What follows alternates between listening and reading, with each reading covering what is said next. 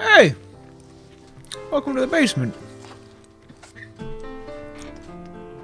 We've now done a red day and a silver day of remote learning, so I hope you've started to feel like your schedule at home makes some sense, and we're going to switch from history research to discussing the Other Wes Moore, which probably feels like it's been a while since you've picked up the text, while the last reading assignments that we had was the first of our long ones, where we look at both Wes's at the same time.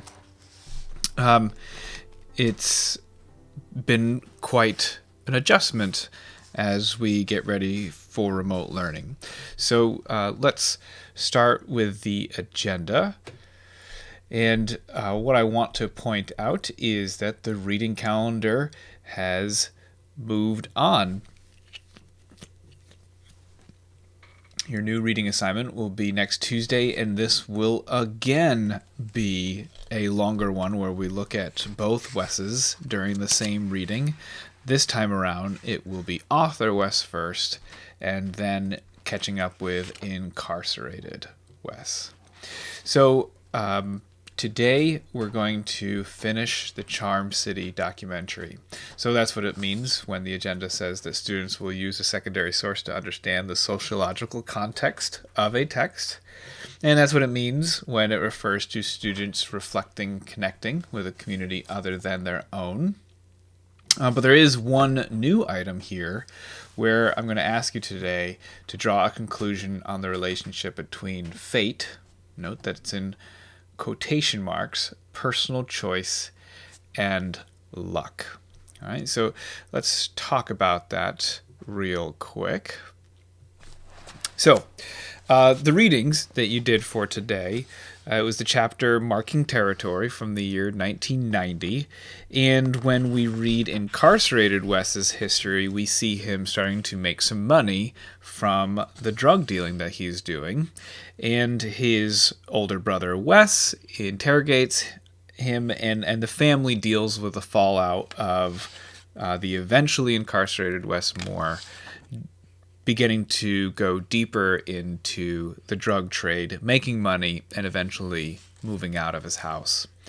We catch up with Other Wes, and this is the chapter where we see that Other Wes is also interested in being a DJ. Other Wes also is having run-ins with police officers, and Other Wes takes up his hobby of graffiti. And so what I want you to think about is when the Wes's are in these situations, they're experiencing these moments, what is it that is causing the outcome of those moments? So three options again are fate, personal choice, and luck. So fate is going to mean something else is controlling their fate.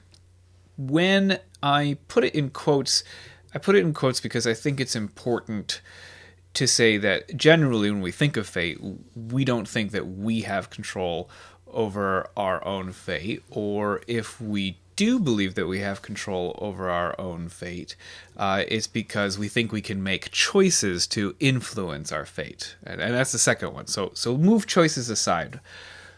The other thing that we have to understand about fate is what control do other people have over the fates of others. And so when we think about the family and the government and the friends that the Wes's have, are they fated to follow those friends? Could they have avoided those friends? How much has not been left up to their choice?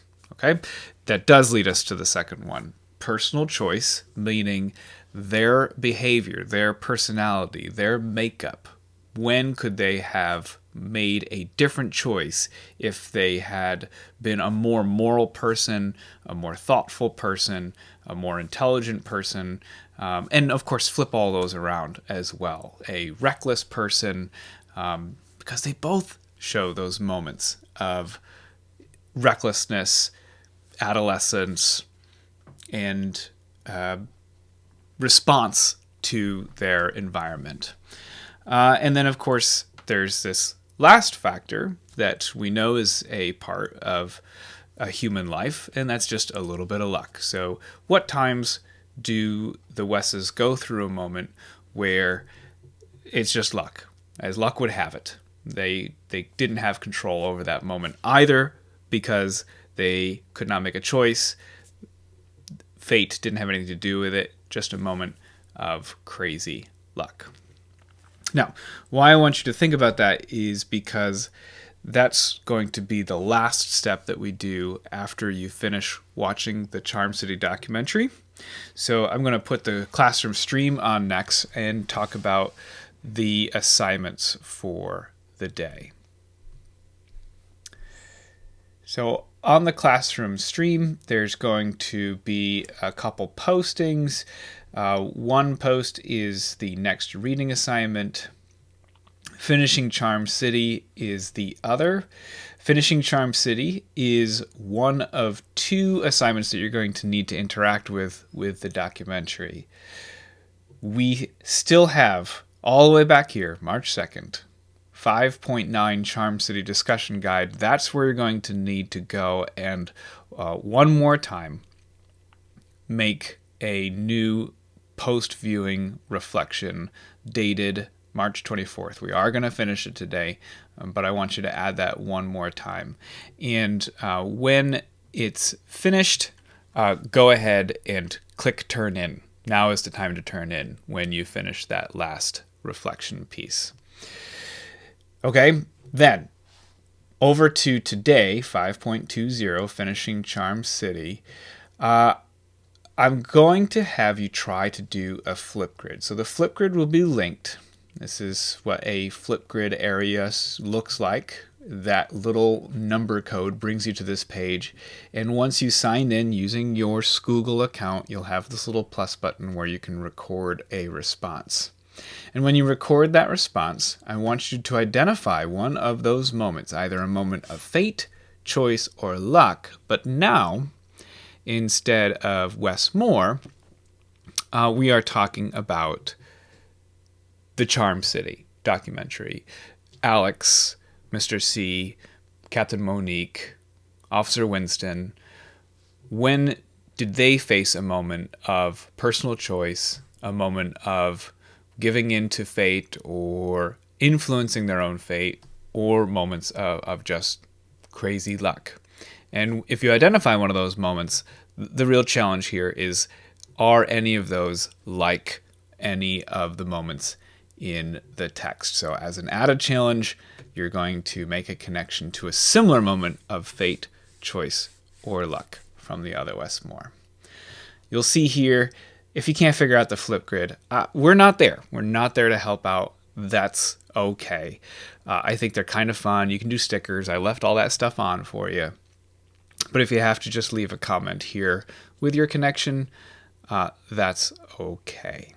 All right. So let's get the movie started. If you remember what we learned before we went to first year week off while the teachers got ready and before we went to remote learning, Alex's younger sister had just been shot and killed in the Rose City neighborhood. And so we're going to pick it up there, and we are going to see how Alex deals with losing his sister.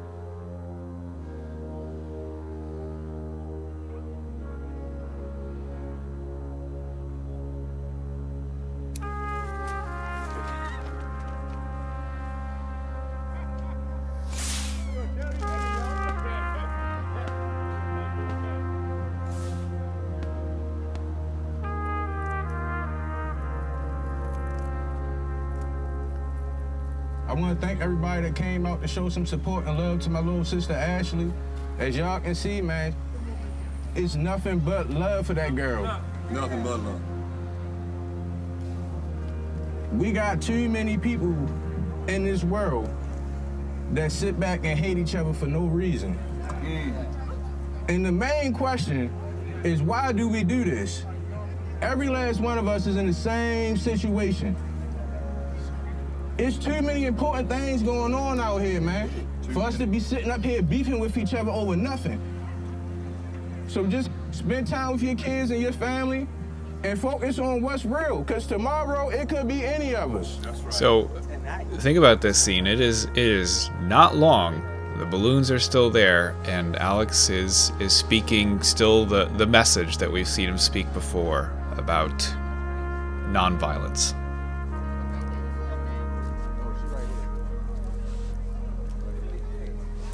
Appreciate you coming out supporting me, all right? All right, listen to what this kid wants. Practice today? No, we ain't had practice today. I probably don't have practice till like Thursday, for real, for real. Give me a couple days, get myself together.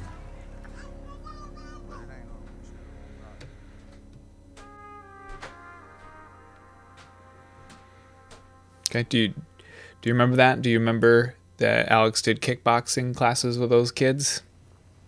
Does the kid understand what Alex is going through in that moment? It's tough to say. I tend to trust kids, but also I think that kid also knows where he needs to be in this moment of crisis. Good morning. All right, let's try it again. All right, let's put a little energy in it. Good morning. Good morning. Thank you. Notice I said thank you. Well, I guess the topic this morning would be stop the violence. You know, somebody probably say, do you ever get tired of saying stop the violence? Nope, can't get tired. Like senior citizen said during the civil rights movement, because you know these marches have been going on and on and on and on and on. It seemed like no end. She said, my feet is tired, but my soul ain't no ways tired. And that's where I'm at right now. Can't give up. And I'm saying that to all of us. We can't give up. Can't give up. Things are gonna get better. But you got some people that don't believe that. I cannot fall into that unbelief that things are not gonna get better. I can't believe that. I can't believe that Brandon is not gonna make it to 70. I see Brandon, a 70-year-old man, gray hair, might have a cane. You know? Yeah, you're gonna have a few more pounds on you. See, Art at 90. But I see you at 70. Well, I see her at 70 years old. 4 kids, 6 grandkids. All right? I see that. When I look at y'all, right, I see y'all in the future. I believe in the future. I believe things are gonna get better for our people. I believe that with everything that I got, every fiber that's in my body and my soul. So I'm not gonna take it no further, okay? Meeting adjourned.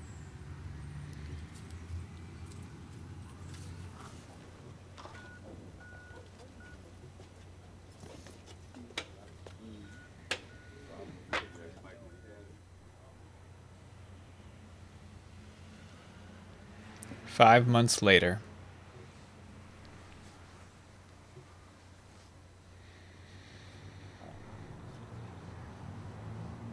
It's almost like she's still sitting here with us.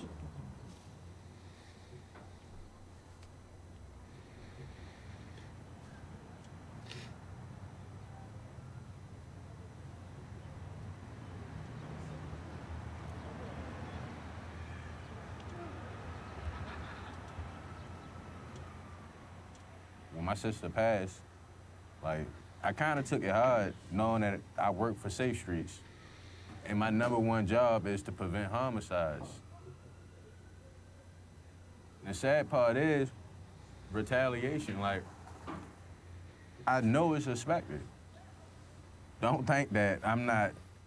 I got so much anger and rage in me right now. Like, I'm really just channeling in a whole another avenue. Like, I'm gonna show you how you really supposed to bring your community together. that's how I'ma kill you. Cause that's gonna hurt you way more than me shooting you or beating you up. Cause then you have to see it all the time. It's in your face. This moment might So that's how I'ma kill all my enemies. You gonna die off that my moment success. might help you with your discussion. It's not that he is not filled with anger, rage, a little bit like poor Wesley upstairs for some reason. It's not, as he says, like retaliation didn't cross his mind. But he's able to channel it. Why? Why can he channel it and so many others can't? What has he been given? What does he have? Maybe it's a little bit of luck. That's something that we can think about.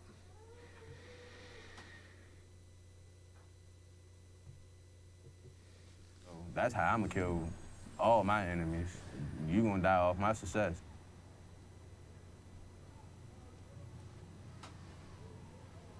I was born by the river in a little tent. Oh, oh, down by the river I live ever since. It's been a long time coming, and I know change gonna come. Oh, yes it will. It's been too hard living, and I'm not afraid to die. I'm unable. 1,029 other people murdered in Baltimore just during the 2-ish years that they worked on this film. Long time coming, and I know change gonna come. Oh, yes it will. Thank you, Doc. Okay. That was early in the morning. Yeah, too, man. Go.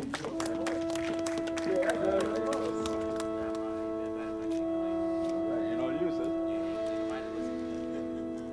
They listen, they just ain't paying attention.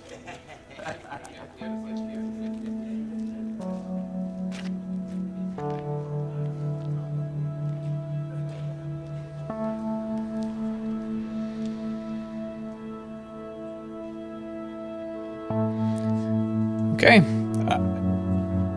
That's Charm City. I think, as I've mentioned in class, it's sad. 1,029 people.